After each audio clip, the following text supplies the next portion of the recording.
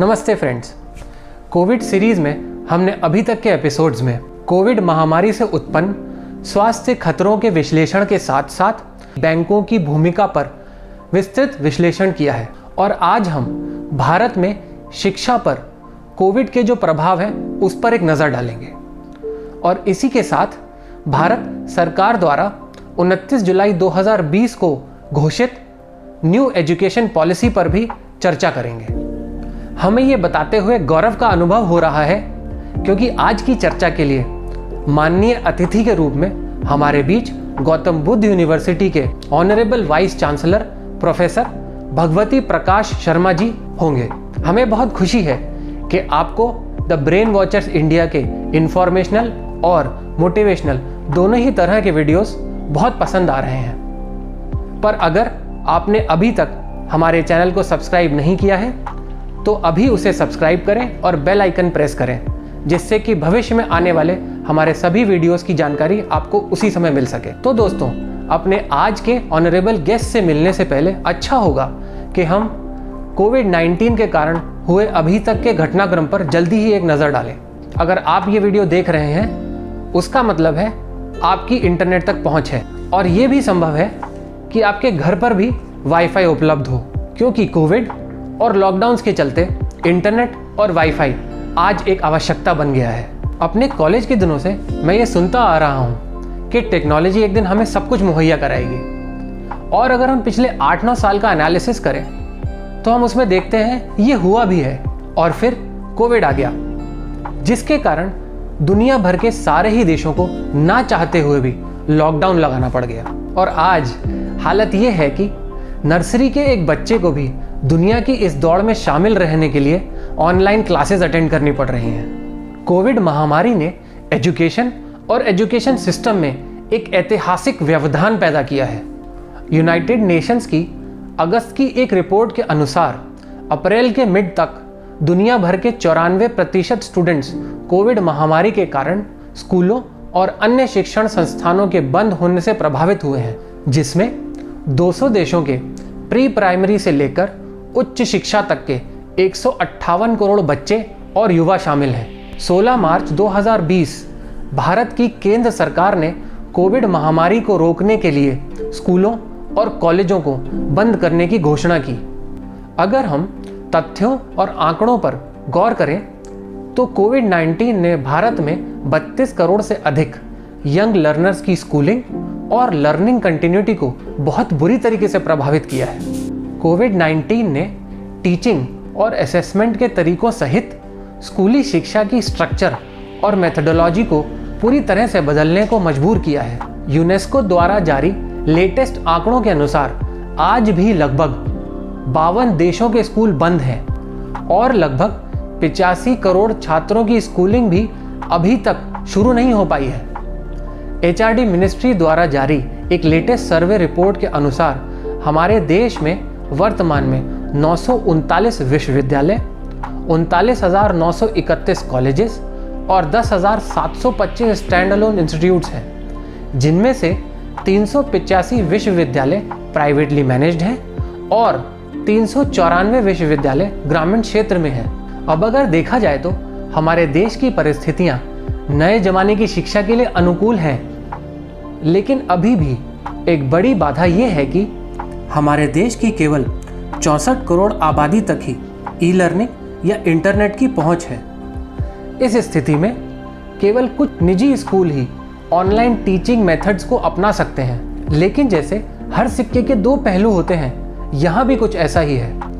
एक तरफ बुनियादी सुविधाओं की कमी के कारण कोविड-19 का शिक्षा पर बुरा प्रभाव पड़ा है, वहीं दूसरी तरफ कम से कम अब हम इंटरनेट और ऑनलाइन एजुकेशन के बारे में सीरियसली सोच रहे हैं और ग्रामीण क्षेत्रों में ऑनलाइन शिक्षा कम लागत पर उपलब्ध कराने के गंभीर प्रयासों में कार्यरत हैं। तो दोस्तों, अब हम प्रसिद्ध अर्थशास्त्री, वरिष्ठ प्रोफेसर और गौतम बुद्ध यूनिवर्सिटी के honourable vice chancellor doctor Bhagwati Prakash Sharma ji के साथ इस विषय पर बात करेंगे।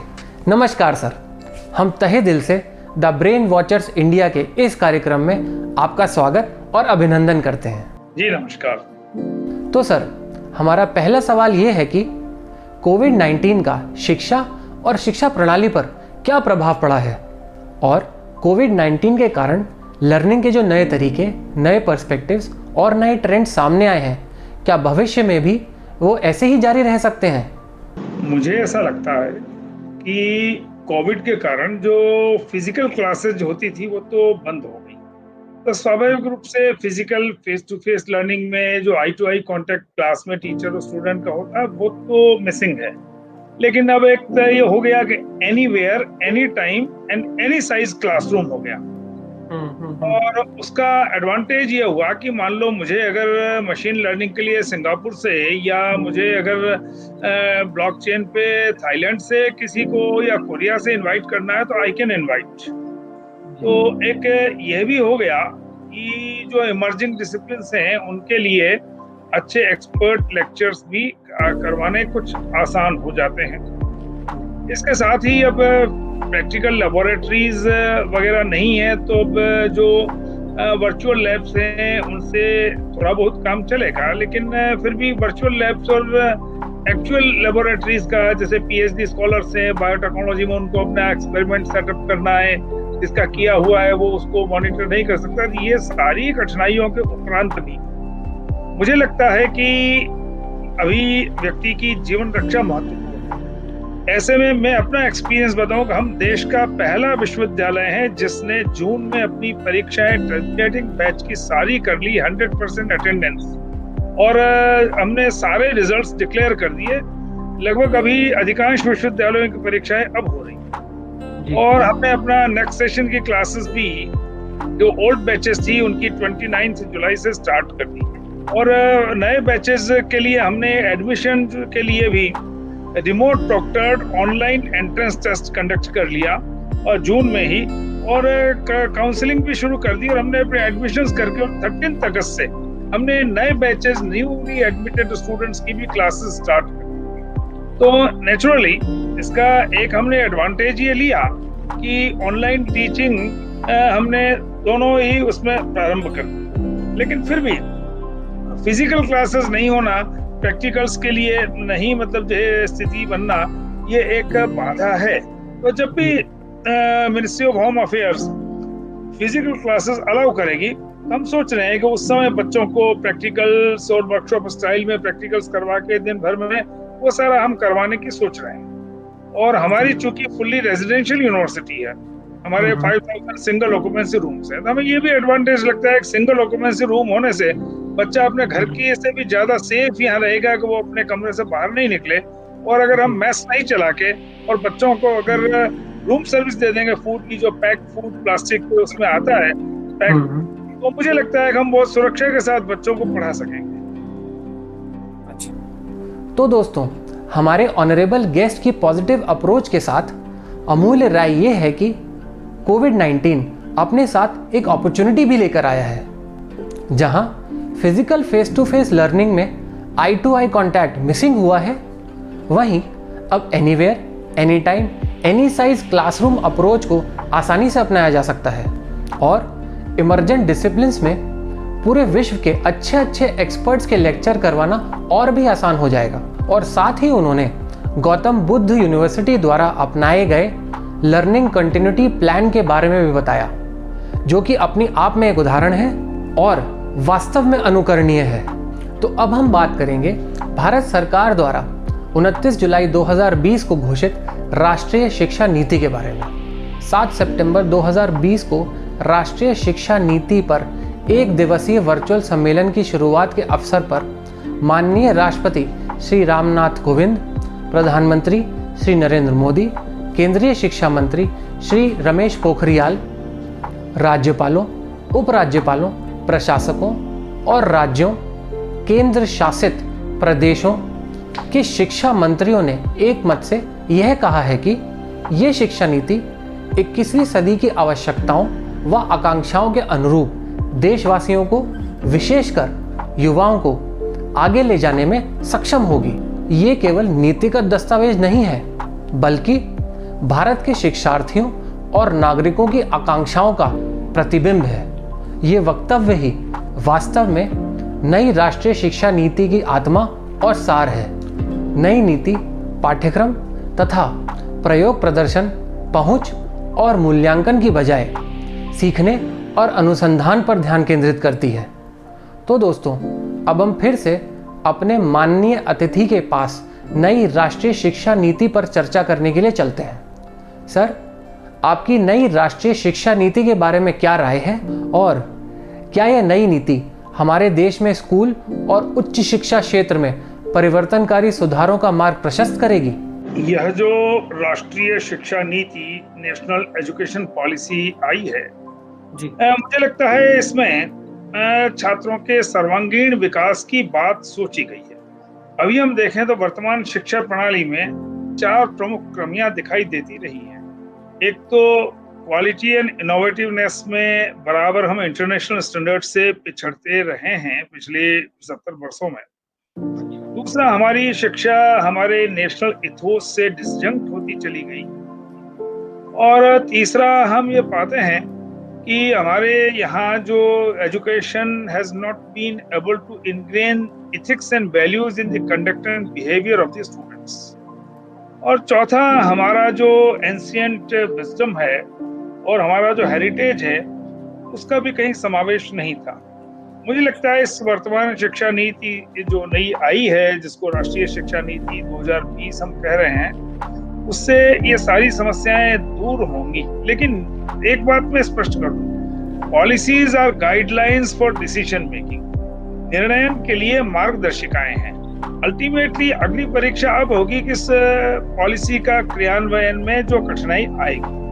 उदाहरण के लिए मान लीजिए हमने कह दिया कि national text books with local content and flavour होगा। अब लोकल कंटेंट और फ्लेवर के लिए लिखना हमें पड़ेगा। मान लो त्रिभाषा सूत्र दिया है, तो क्षेत्रीय और मातृभाषा में साहित्य का अभी अभाव है, तो बिल्कुल बच्चों के लिए बोधगम्य अच्छी पुस्तकें, पाठ्य सामग्री बनाना यह भी एक चुनौती होगी। तो ये चुनौतियां सारी देश भर में अब 1 करोड़ के करीब शिक्षक हैं। और मुझे लगता है वो सभी शिक्षकों का सहभाग इस नीति के क्रियान्वयन में यदि अच्छे से संलग्न होकर हुआ, तब तो बहुत अच्छे परिणाम निश्चित रूप से आएंगे। और मुझे लगता है कि हमें सकारात्मक और विश्वास पूर्वक यह कहना चाहिए कि होगा। एक तो अब तक बच्चा अंकों की होड़ में दौड़ने वाले मतलब एक विद्यार्थी के रूप में था। अब जैसे कर दिया कि भाई स्कूल लेवल पर भी सेमेस्टर स्कीम होगी, तो षटमास परीक्षा यानी सेमेस्टर में बच्चा आधा कोर्स पढ़ लेगा, उसके बाद उसको आगे नेक्स्ट सेमेस्टर का कोर्स ही, तो वो जो चीजें रटने की आवश्यकता होती थी वह उतनी नहीं होगी। फिर उसके साथ ही जीवन कौशल के भी अंक 3री, 5वीं, 8वीं में अंक तालिकाओं में देने की व्यवस्था की है। उसका संगीत, नृत्य, कहानी, काव्य, तो ये जो विद्यार्थी में रचना धर्मिता होती है, वह रचना धर्मिता भी उसकी प्रकट होगी, उसके अंक भी होंगे। और इसके साथ ही साथ छात्रों का कोर्स कंटेंट का बोझ कम करके उसकी तार्किक और विश्लेषण क्षमता में वृद्धि की जो बात कही गई है, और प्रॉब्लम बेस्ड लर्निंग और प्रोजेक्ट बेस्ड लर्निंग फैसिलिटेट करने से निश्चित रूप से, जैसे मान लो मैं अगर कहूँ कि भाई ग्रेटर नोएडा में हम कह दें कि बीटा 2 में ट्रैफिक को व्यवस्थित करने के लिए क्या किया जाए। अगर मान लो हमने 10वीं कक्षा के बच्चों को 1 हफ्ते के लिए ये प्रोजेक्ट 8 बच्चों को दे दिया, तो उनका एक विचारोत्तेजन होता है। तो मुझे लगता है कि यह जो प्रॉब्लम बेस्ड और प्रोजेक्ट बेस्ड लर्निंग से बच्चे की क्रिटिकल थिंकिंग और ये होगी।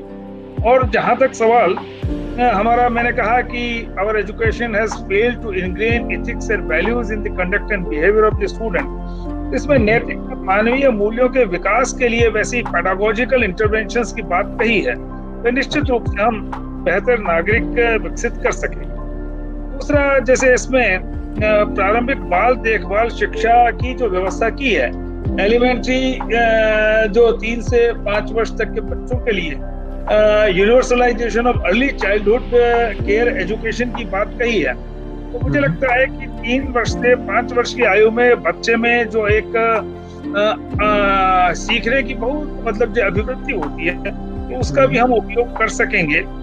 और जहां हायर एजुकेशन की बात हम देखें, तो इसमें एक तो इंटरडिसिप्लिनरी, यानी कि छात्र चाहे वो फिजिक्स के साथ न्यूरोलॉजी भी पढ़ सकता है, अब जैसे आजकल सारी इंटरडिसिप्लिनरी स्टडीज हो रही है। उदाहरण के लिए आज ऐसा brain to audible speech software बन रहा है। अब उसमें न्यूरोफिजिशियंस जो है वो तकनीक विकसित करेगा जिससे कि ब्रेन के न्यूरॉन्स में जो वाइब्रेशंस होते हैं, स्पंदन होते हैं, उनको रिकॉर्ड किया जा सके। इलेक्ट्रिकल इलेक्ट्रॉनिक्स इंजीनियरिंग का व्यक्ति ऐसे सेंसर्स डेवलप करेगा कि उनको रीड किया जा सके। उनको बिग डेटा एनालिसिस या मशीन लर्निंग में ले जाके और अल्टीमेटली उसको तो कोई लकवे का पेशेंट है, उसमें वो सेंसर्स और ये सारी व्यवस्थाएं, तो उसको पानी पीना है तो उस बात को इंटरप्रेट किया जा सके। कहने का मतलब ये कि आने वाले समय में जो इंटरडिसिप्लिनरी स्टडीज हैं उसमें जो ये यहाँ फिजिक्स, केमिस्ट्री, मैथ्स यही ले सकते हैं आप, तो इसमें कोई भी कॉम्बिनेशन व्यक्ति ले सकेगा।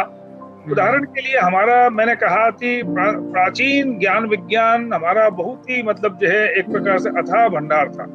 उदाहरण के लिए आज हम कहते हैं कि विश्व में पूरे जगत में 2 ट्रिलियन 20 खरब से ज्यादा आकाश गंगाएं हैं। एक आकाश गंगा में 400 से 500 अरब तारे हैं और ये सारा दृश्य जगत है वो 1/4 एनर्जी से बना है, 3/4 डार्क एनर्जी। हमारे यहाँ भी प्राचीन वेदों में कहा है त्रिपादूत उदित पुरुष, अर्थात उस विराट ब्रह्म के एक पाद 1/4 में संपूर्ण दृश्य जगत बना है, उसका 3 पाद इस अनंत अंतरिक्ष में अदृश्य रूप से व्याप्त है। तो कहने का मतलब यह है कि चाहे हमारा प्राचीन ज्ञान विज्ञान है उसको भी हम ठीक से ला सकेंगे। आज जैसे आने वाले समय में आर्टिफिशियल इंटेलिजेंस, मशीन लर्निंग, इन सब का बहुत बड़ा उपयोग होगा। तो इस शिक्षा नीति में सबसे ज्यादा शब्द प्रयोग किए हैं तो वो 4th industrial revolution, artificial intelligence, machine learning, predictive analysis, इन सब की बात की है, उसमें अनुसंधान आदि की बात की है। और साथ ही एक national educational alliance for technology और इसके साथ ही नेशनल रिसर्च फाउंडेशन, ये दोनों हमें मतलब जो है इनोवेटिव रिसर्च, जो सनराइज सेक्टर्स हैं, सनराइज टेक्नोलॉजीज हैं, उन सब के विकास में भी हमको निश्चित रूप से इससे सहायता मिलेगी।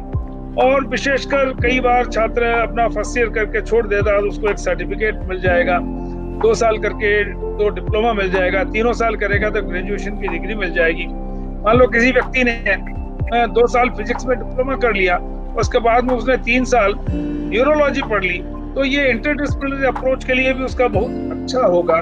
उसके साथ ही जो मुझे लगता है कि पीएचडी के स्तर पर भी क्रेडिट कोर्स जो है बीच बीच में करने का विधान किया है, तो इन सब से जो इंटरडिसिप्लिनरी स्टडीज से लेके और हम ये कह सकते हैं कि छात्रों का हर प्रकार से विकास की बात तो कही गई है। लगभग ये फ्लिप क्लासरूम हो जाएगा।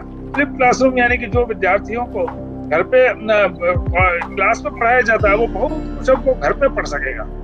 मुझे तो लगता है कि हम अगर ये सोचें कि स्टूडेंट्स को जो नए पेडागोजिकल इंटरवेंशन से एंड्रागोजी यानी एडल्ट लर्निंग फैसिलिटेशन है, यूटागोजी यानी सेल्फ डायरेक्टेड लर्निंग है, पियरागोजी यानी पीयर टू पीयर लर्निंग है, इन सारी चीजों को हम बहुत अच्छे से छात्रों में इनकलकेट करते हैं। जी सर, आपने हमारा अत्यधिक ज्ञानवर्धन किया है और हमें बहुत महत्वपूर्ण जानकारी दी है। अपना अमूल्य समय देने के लिए हम वास्तव में आपके बहुत आभारी हैं। एक बार फिर से बहुत बहुत धन्यवाद और आभार। Thank you, welcome. तो फ्रेंड्स, हम ये उम्मीद कर सकते हैं कि नई राष्ट्रीय शिक्षा नीति 21वीं सदी की ज़रूरतों और आकांक्षाओं के अनुरूप भारत को आगे ले जाएगी और अगर इसे प्रभावी ढंग से लागू किया जाए तो वो दिन भी दूर नहीं जब भारत एक शिक्षा महाशक्ति के रूप में पूरे विश्व में उभरता दिखाई देगा और हम नई राष्ट्रीय शिक्षा नीति के माध्यम से ऐसे छात्रों का निर्माण करने में सक्षम होंगे जो सच्चे अर्थों में ग्लोबल सिटीजन बन सकेंगे। जय भारत, जय भारती।